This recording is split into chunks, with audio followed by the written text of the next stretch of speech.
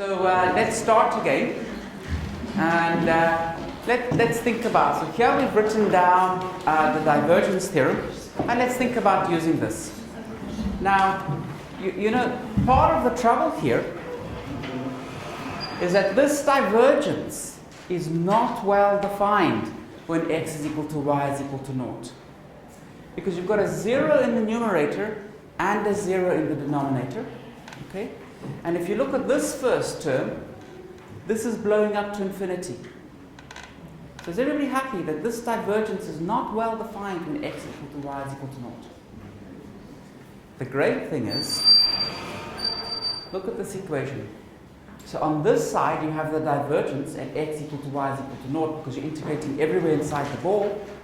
But on this side you only need E, which is well defined, and we're only calculating E on the surface of the sphere. So this side of the equation is perfectly well defined. So what we're going to do now is we're going to evaluate this side of the equation, and we're going to learn what the divergence should be. If I get a non-zero answer, I know the divergence is 0 everywhere except for x is equal to y is equal to naught. So if this is non-zero, it tells me the divergence has to be non-zero when x is equal to y equal to z is equal to naught. Okay? So that's going to be the logic. So let's now evaluate this side. Let's be a little bit more precise. So let's say a sphere of radius r. Okay? And let's see what this gives us. So we've got an integral. Let's now plug in our value for the electric field, and I'm going to change now to using spherical coordinates. So tell me if you're happy with this, guys. So we'll have a 1 over 4 pi epsilon naught capital R squared, because I'm on the surface of the sphere of radius r. So for points on the surface of the sphere of radius r, x squared plus y squared plus z squared is capital R squared. So this is our 1 over epsilon naught, 4 pi r squared. We need a q. And in which direction is this? R hat, the radial direction. Okay? If we now think about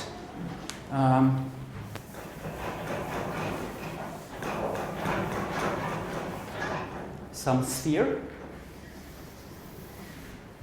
If we pick some little piece of the sphere here with some area dA, we always need to point outside. That's where dA points, right? We said that when we derived this theorem. So outside for this little patch of the sphere here is in that direction. What is outside for this little patch of the sphere here? Up. And here? That way. And here, somewhere out there like that. What direction is this? R hat. So dA is equal to R hat. And now we need to say, what is the area? Okay? So let me write down what the answer is, and you guys tell me if you're happy with this little area. So if I write R squared d omega, who knows what that means? D solid angle. Have you seen solid angle? Anyone who hasn't seen solid angle? Is that the one measured in steradians?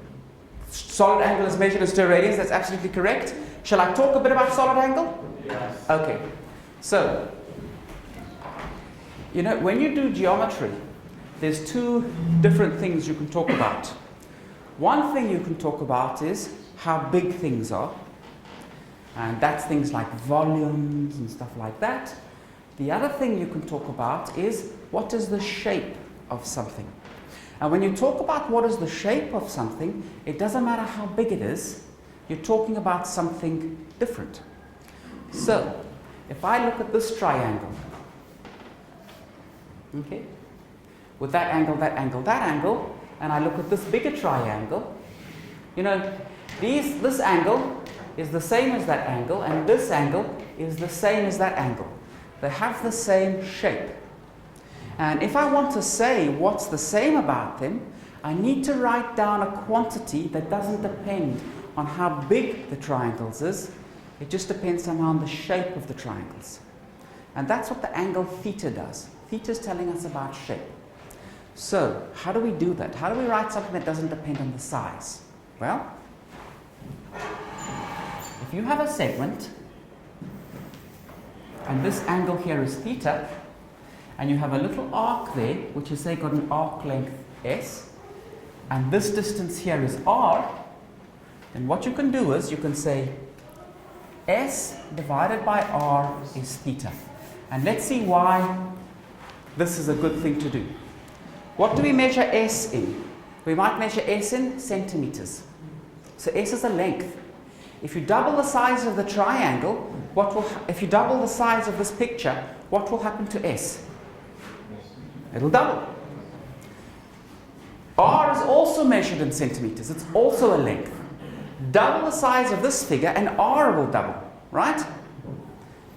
But S divided by R, well, this is a centimeter divided by a centimeter, so S divided by R is just a number, right? It's not a length. If I double the size of this, you told me S will double and R will double. What will happen to S divided by R? Stay the same. So now all of a sudden, we've got the quantity that tells us about that angle theta there, about the shape. So, and how did we do it? We took the object whose shape we wanted to characterize, okay, and we found a quantity that was dimensionless. We divided a length by a length. That gives us something that's dimensionless, and as soon as it's dimensionless, it doesn't depend on how big the object is. Everyone happy with that? How big can theta be? Well, if I think about it, there's theta, that's one arc length, but actually I can make theta bigger. I can keep going, keep going, keep going, and there I've made it as big as it can be, right? At this biggest size, what is the arc length? 2 pi r. S is equal to 2 pi r. So for this biggest length, if I take the arc length and I divide by r, what do I get for theta? 2 pi. So the biggest value theta can be is 2 pi when we've gone all the way around. Everyone happy with that? Okay. We don't only have to do this in one dimension. We can do this in higher dimensions too. So let me show you how to do that. Imagine I have a cone. So, you know, here we had two lines meeting at a point. If I go to 2 dimensions, can you see I've got a whole lot of lines meeting at a point? Okay? What I can talk about is the area that sits at the end of the cone. Okay? So I've got the cone, I can think about the area that sits at the end of the cone. So let me try to draw a picture. My pictures are not great.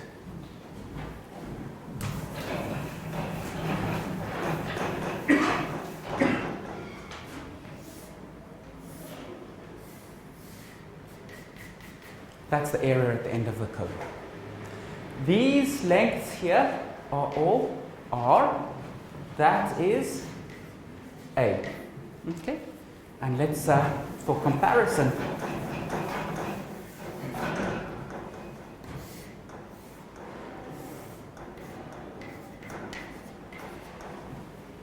in this problem, I took that length, S, I divided by R, and I got theta.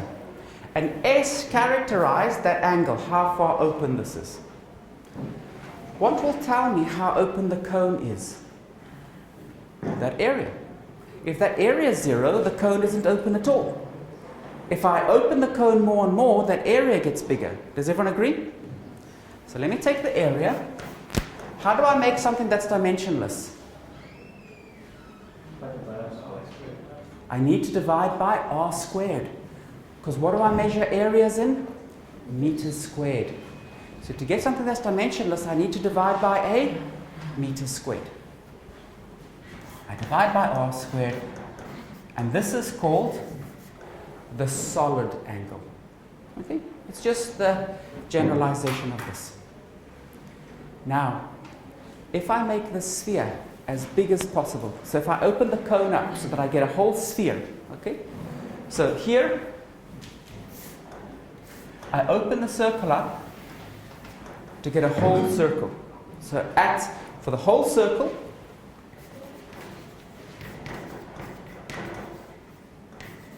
the arc length is 2 pi r, and that tells you for the whole circle, theta, which is s over r, is 2 pi. So that's now the whole circle. Okay? Here, let's take the whole sphere.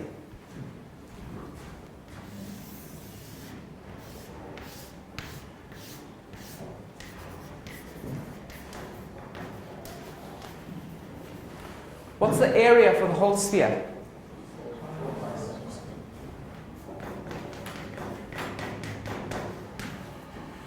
So the area divided by r squared will be 4 pi.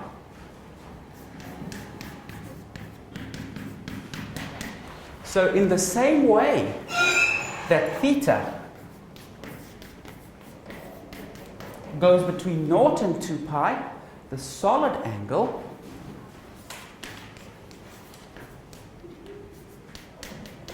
goes between 0 and 4 pi.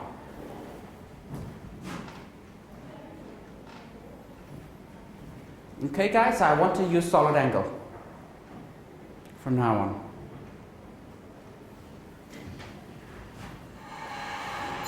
So when I think about my area element for the sphere, okay, I'll give you a moment to copy that down.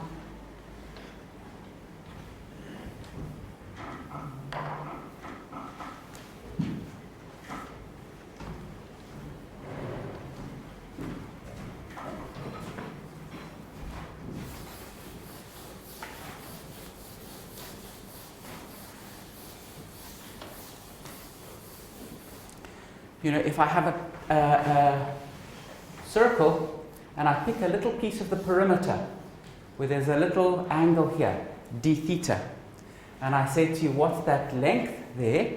You would tell me that length there is r, the radius, times by d theta. That's what that little length is. If I have a sphere and I pick some patch here and I say, what is dA? It will be in direction r hat. If this sphere has a radius r, it will be r squared d omega, where d omega is the solid angle of that cone. This is the area element that we want to use.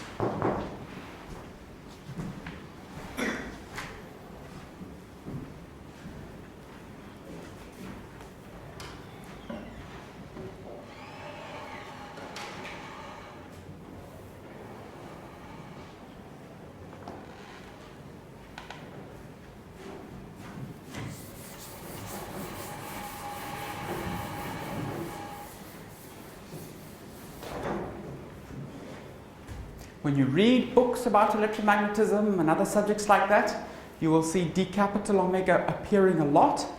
This is what it is. If you work in terms of spherical coordinates with a theta and a phi, you can also write d omega as sine theta, d theta, d phi. And you will also sometimes see that. So maybe I should put that there. Spherical coordinates, you can also write d omega as sine theta, d theta, d phi. In these coordinates, phi goes between 0 and 2 pi, and theta. Will you please close the curtain for a small answer? Close the curtain? Yeah. Sure, no problem.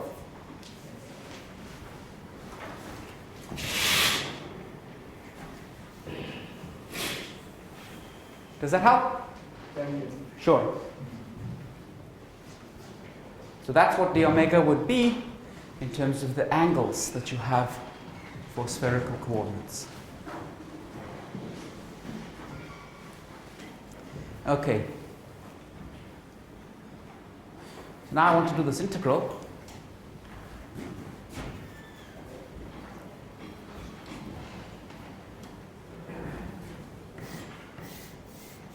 That is the electric field.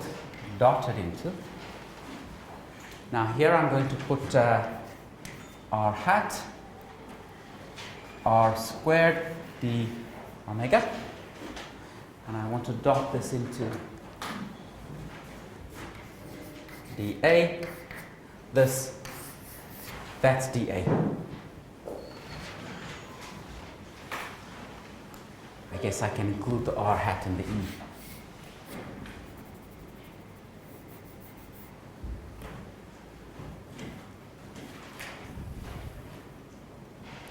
So now we have r hat dot r hat, which is 1. R squared at the top cancels with r squared at the bottom, so those disappear. We have a 1 over 4 pi epsilon naught, there's a q. So q over 4 pi epsilon naught, and then all we've got left is an integral d omega. From 0 to 4 pi. It runs over 4 pi, absolutely. So what does the integral d omega give us? 4 pi. 4 pi. So this 4 pi will cancel with that 4 pi, and we land up with q over epsilon naught. Is this answer 0? No. If that's not 0, that can't be 0. So what we learn is, when x is equal to y is equal to naught, the divergence is not 0. The other thing is, how does this result depend on the size of the ball that we integrate over? It doesn't. So if I integrate over a very big ball or a very small ball, I get the same answer. What does that tell you? The magnitude is not changing. So the magnitude of this doesn't change, that's true, but what is it telling you? Same number of phi lines are passing through. What's the only place that's giving a contribution to the integral? The source. The very center, the point x is equal to naught. Okay, that's the only place that's contributing. You know, if I tell you calculate the area under this curve,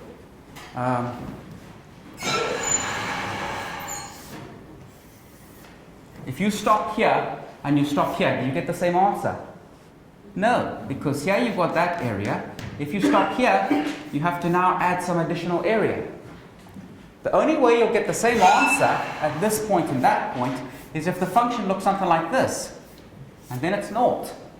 Then if you stop there, you get the same answer as if you stop there, because there's no contribution from that piece.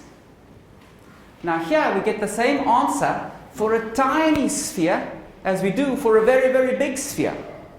What does that tell you?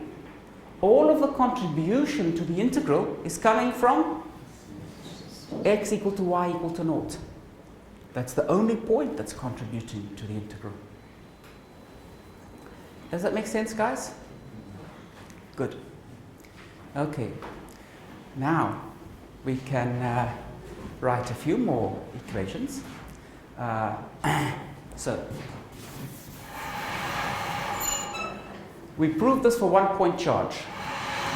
What I would like to get is a more general statement. Okay? How do I turn this equation for 1 point charge into something more general? Superposition, absolutely. So let's do that.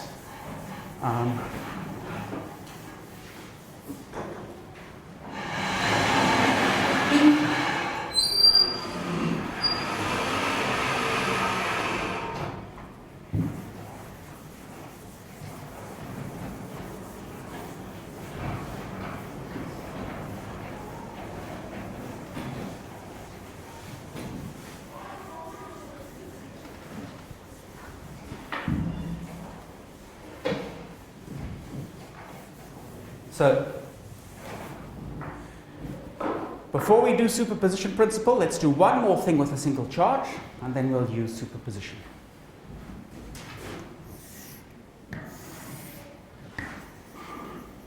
There is our single charge. Where is the divergence non-zero? At the charge. Does everyone agree? Okay. So I'm going to take this region. let's say I've got some volume here, some ball there, okay? Let me call this region R. If I integrate over R, the divergence of E, d3R, what do I get? 0. The only place where the divergence is non-zero is at that point. Now let's say I study this region.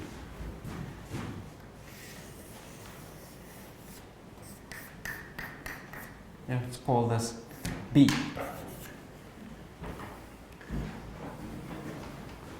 What is, and we'll say that we've got a charge Q.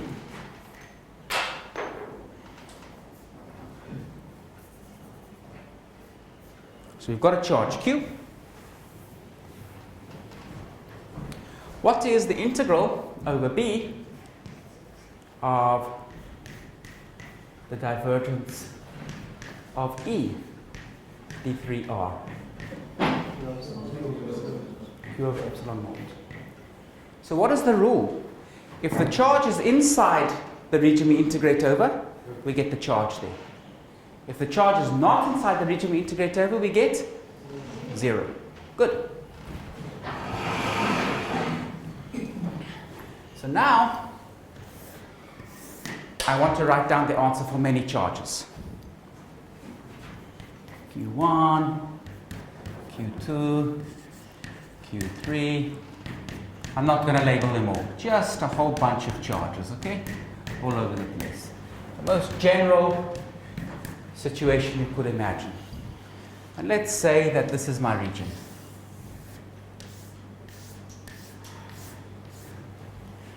If I now integrate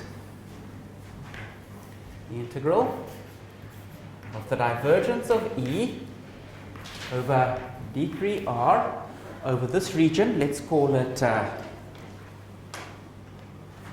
D, maybe, over D. All of the charge inside the surface, we call that Q, enclosed, the charge enclosed by the surface, divided by epsilon naught. Okay? And by the divergence theorem, we know that this is equal to the integral over the closed surface of E dot dA over the boundary, you know, the boundary of that region of okay? So let's summarize this equation. The integral of E dot dA over, let's say, some surface S is equal to the charge enclosed by S over epsilon naught. That equation was only true in electrostatics. This equation is true in complete electrodynamics. So this is the first equation that we've got and that will hold in full electrodynamics.